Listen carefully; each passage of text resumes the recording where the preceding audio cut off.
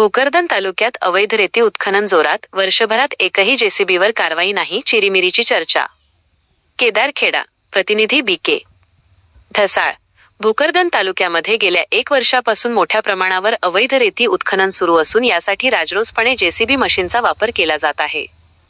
मात्र आश्चर्यकारक बाब म्हणजे गेल्या संपूर्ण वर्षात प्रशासनाकडून एकाही जेसीबीवर कारवाई करण्यात आलेली नाही.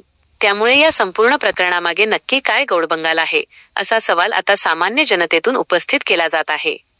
जबाबदार अधिकारी सुस्त की मस्त?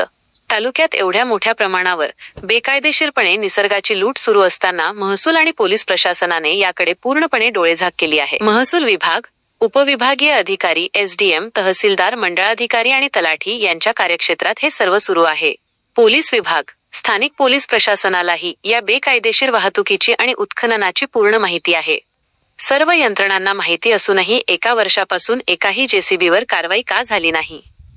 कारवाई न होण्यामागे काहीतरी चिरीमिरी, आर्थिक देवाणघेवाण केली जात आहे का, असा थेट संशय आता नागरिक व्यक्त करत आहेत.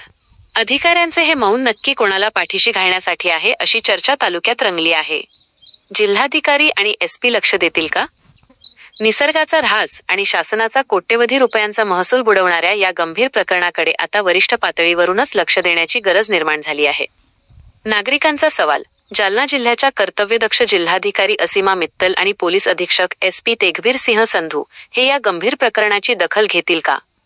भोकरदनमधील या भ्रष्ट साखळीचा पर्दाफाश करून अवैध रेती उत्खनन करणाऱ्यांवर आणि त्यांना पाठीशी घालणाऱ्या संबंधित अधिकाऱ्यांवर कडक कारवाई होणार का?